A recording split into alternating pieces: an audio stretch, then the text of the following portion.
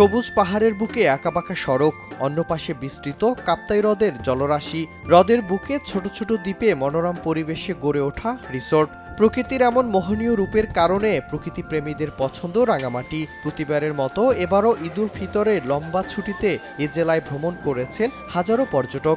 প্রতিটি স্পটে ছিল উপচে পড়া ভিড়। পর্যটকের এমন আগমনে চাঙা ছিল পর্যটন সংশ্লিষ্ট ব্যবসা। জেলার সব হোটেল, মোটেল, রিসোর্ট এবং হাউসবোট ছিল পূর্ণ।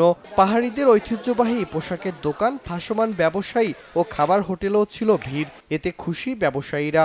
প্রকৃতি যে এত অপার সৌন্দর্য আমাদের জন্য বাংলাদেশে রেখে দিয়েছে, এটা আসলে আরো ট্যুরিস্টদের আরো বেশি করে আসা উচিত। কাপ্তাই লেকটা সবচেয়ে বেশি ভালো লেগেছে। কাপ্তাই লেকের মাঝখানে বোট করে গিয়ে অনেক সুন্দর একটা দৃশ্য দেখতে পেয়েছি। আমাদের এখন বর্তমানে ঈদের সিজন, তো আপনার ঈদের সিজন মতো চলতেছে, এখন তো মোটামুটি বেচা কেনা ভালোই। সবকটি রুম এই ঈদের বন্ধে বুকিং ছিল। আসলে অনেক চাপ ছিল, আমরা রুম দিতে পারি নাই। সরকারের নীতিগত পলিসি যদি ঠিক থাকে, আমাদের এই ব্যবসার ধারাবাহিকতা অব্যাহত থাকবে। অতিরিক্ত পর্যটকের কারণে আমাদেরকে তাঁবুতে পর্যন্ত রাখতে হয়েছে।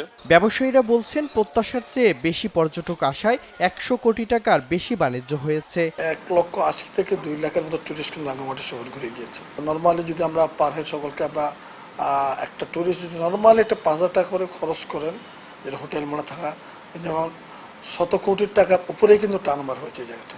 জেলার চেম্বার অব কমার্সের তথ্য মতে রাঙামাটিতে 7,000 মানুষ পর্যটন ব্যবসার সঙ্গে জড়িত। সময় সংবাদ, রাঙামাটি।